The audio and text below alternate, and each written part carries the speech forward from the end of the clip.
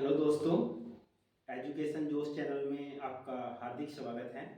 और मैं रविंद्र कुमार आज आपको मैथमेटिक्स के एक बेहतरीन टॉपिक जिसमें स्क्वायर करना हम आपको सिखाएंगे। तो दोस्तों आज आप ध्यान दीजिए हमारे साथ। चलिए दोस्तों स्टार्ट करते हैं।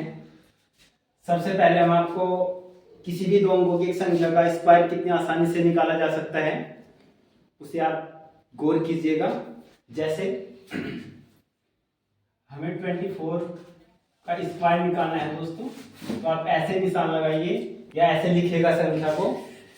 24 का स्क्वायर आपको लिखना है तो ऐसे लिखिएगा, 24 के यहाँ पे स्क्वायर लिखिएगा। सबसे पहले आप दोस्तों इस 4 का वर्ग कीजिएगा। 4 का वर्ग होता है 16। 16 का आप लिखेंगे 6 और क्या लिया, हाथ से लगाएंगे आप 1। फिर आप क्या करोगे, ऐसे एक तिरछी जाना लाइन खींचिएगा और जिधर से तिरछी लाइन आप खींचिएगा उन सभी संख्याओं को मल्टीप्लाई कीजिएगा। 2 चौक 8 और 8 दूनी 16 और एक आपका हासिल का है तो होगा 17। 17 का आप लिखेगा 7 का, फिर हासिल लगाइएगा 1।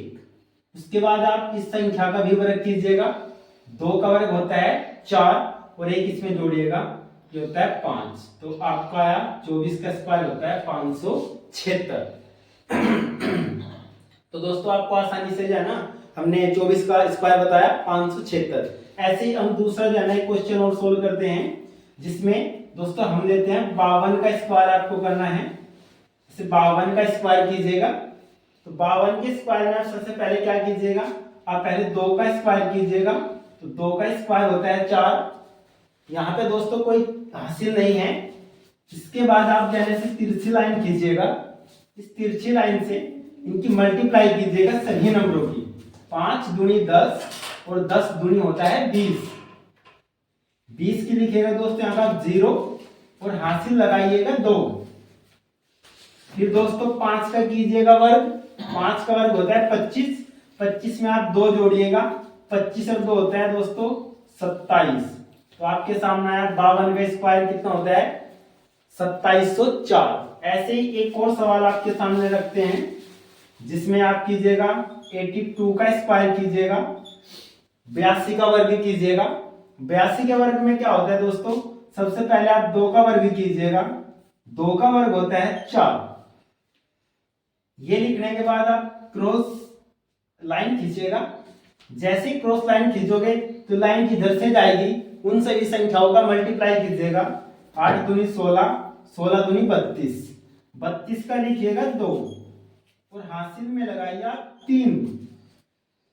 ऐसे ही ये जो 8 लिखा हुआ है, इस 8 का कीजिएगा स्क्वायर। 8 का स्क्वायर होता है 16, सॉरी 8 का स्क्वायर होता है 64। ठीक है दोस्तों, 8 का स्क्वायर होता है 64। 64 में 3 जोड़िएगा, 64 और 3 होते हैं आपके 67।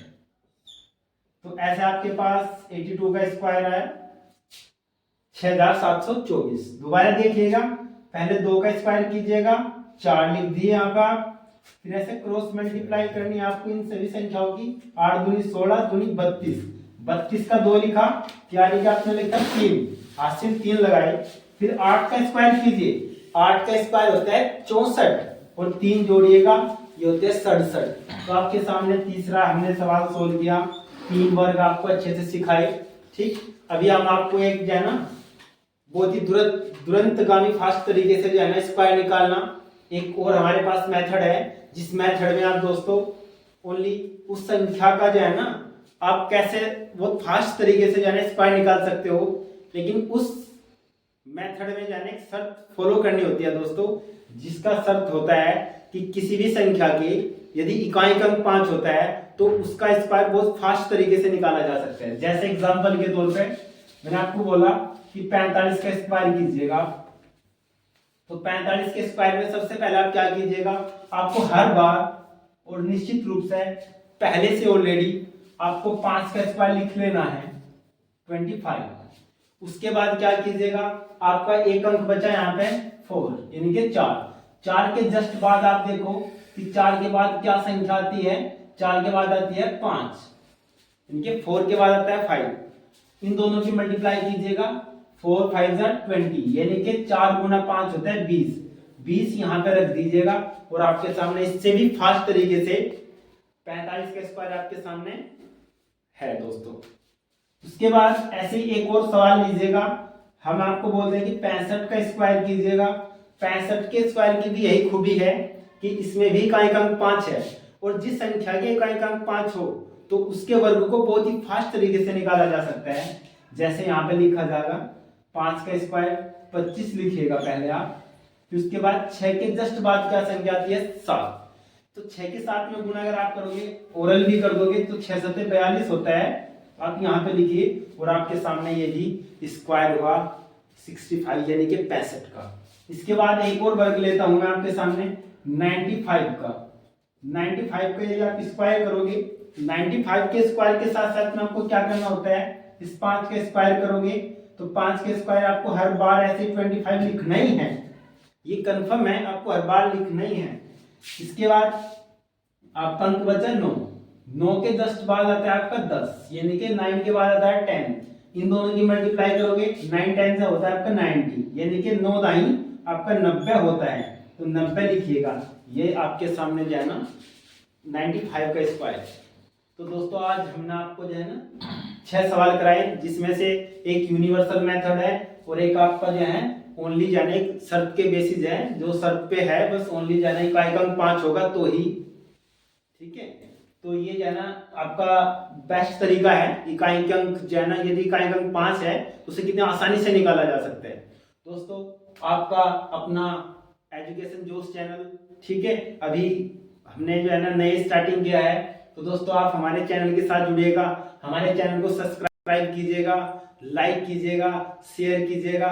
हम आपके जो है ना साथ दिल से खड़े हैं और 100% डेफिनेट गणित का आपका जो डर है वो हम आपको जो है ना बहुत जल्दी दूर करके दिखाएंगे, ये हम आपसे वादा करते हैं दोस्तों। तो दूसरा टॉपिक आज हम शुरू करते हैं। अभी ये आपको स्क्वायर के लिए बताएगा। अभी दोस्तों क्या होता है आपका एक और टॉपिक स्टार्ट करते हैं, जिस टॉपिक में क्या होगा आपको स्टार्टिंग से नंबर दिए जाएंगे, स्टार्टिंग से आपको नंबर दिया जाएगा, उन नंबर का आपको योगफल निकालना होता है। बढ़िया बेहतरीन सवाल बनते हैं दोस्तों। इसके कैसे सवाल बनते हैं देखिएगा। ऐसे सवाल आपको जो है ना जरूरी नहीं है कि आप कंपटीशन में भी सीखें, या आपसे ओरल भी आना चाहिए और आपको पता होना चाहिए। दोस्तों देखिएगा, यदि आपको जो है ना प्राकृतिक, यहाँ पे यदि आपको बोलते हैं हम कि आप जो है ना 1 से लेकर के किसी भी जो है ना संख्या का स्टार्टिंग से इनके n प्राकृतिक संख्याओं का आपको योग निकालना है तो बड़ा इजी होता है। कैसे, मान के चलिए आपसे बोला है कि 1 + 2 + 3 + 4 और ऐसे डॉट डॉट लास्ट में आपसे बोलेगा कि 20 तक की संख्याओं का योग बताइए क्या होगा। तो 20 तक की संख्या का योग निकालने के लिए बहुत इजीली मेथड आप यूज कर सकते हैं। सबसे पहले आप लास्ट में देखिएगा दोस्तों क्या लिखा हुआ है, 20 20 लिखा हुआ है। 20 के जस्ट बाद आप एक संख्या लिखिए, उसके जस्ट बाद वाली होती है 21 यानी कि 21, और इसको हाफ कर दीजिएगा, 2 से डिवाइड कर दीजिएगा। जब 2 से डिवाइड करोगे आप तो 2 × 1 = 2 और ये 0, आपका है आपका 10, तो 10 की मल्टीप्लाई करनी है 21 में। तो जैसे ही 10 की मल्टीप्लाई 21 में करते हो, कभी भी यदि आपके पास 10 से गुणा करनी हो, 10 से गुणा करनी हो, 100 से गुणा करनी हो, 1000 से गुणा करनी हो, बड़ा इजीली होता है। इसमें क्या करना होता है, आपको 21 ऐसे ही लिखो और ये 0 इसके साथ में रख दो, तो आपका जो योग होगा वो 210 होगा। बड़ा इजीली होता है। इसके बाद यदि क्वेश्चन दूसरा मैं आपसे पूछना चाहूँ, आपसे पूछा कि 1 + 2 + 3 + 4 + 5 डॉट डॉट ऐसे ही आपसे पूछा गया कि 50 तक का बता दीजिए योग कितना होता है। उसके लिए आप क्या करोगे, 50 है, 50 के बाद लिखिएगा 51, इसको कीजिएगा 2 से डिवाइड। जैसे आप इसे डिवाइड करोगे तो 2 दूनी होता है 4, यहाँ पे एक 4 ही बचा, इसे आप 10 बना दोगे तो 2 × 5 = 10 होता है। यहाँ पर है 25, तो आपको क्या करना है 25 की मल्टीप्लाई करनी है 51 में। तो आपके पास 25 का टेबल याद होगा, 25 का टेबल पढ़िएगा 1 बार। 25 1 होता है 25 का 5 लिखिएगा, 2 हासिल में लिखिएगा, कैरी में लिखिएगा, 25 5 होता है 125, इसमें 2 ऐड कीजिएगा तो 127, तो आपका जो है ना योग आएगा 1275। तो बड़ा इजीली जो है ना आपको जो है ना ये निकाल लेगा, फाइंड आउट कर लोगे। ओके, तो इसमें देखो कितना आसान इजीली आपको बता दिया गया कि कैसे आप आसानी से जाना किसी भी जाना n प्राकृतिक संख्या को इजीली आप जाना फाइंड आउट कर सकते हैं कि उनका योग कितना होगा। ऐसे ही कभी हो सकता है कि दोस्तों आपको जाना प्राकृतिक कोई भी जाना कंटिन्यूस संख्या ना पूछी जाए, उसमें आपसे जाना सम संख्या पूछी जाए या विषम संख्याओं का योग पूछा जाए तो और भी इजी होता है। लेट्स मान के चलिएगा, आप मान लीजिएगा ऐसे आपको बोला गया है कि 1 से लेकर के 20 तक की सभी सम संख्याओं का स्क्वायर निकालना है।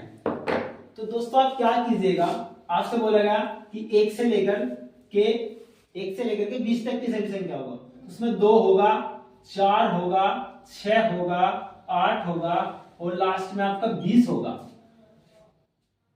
तो दोस्तों इन सभी 20 संख्याओं में आपको पहले ये देखना होगा कि 20 संख्याओं में जो 1 से लेकर के 20 होती है, उन 20 संख्याओं में 1 से लेकर के कितनी सम होंगी और कितनी विषम होंगी।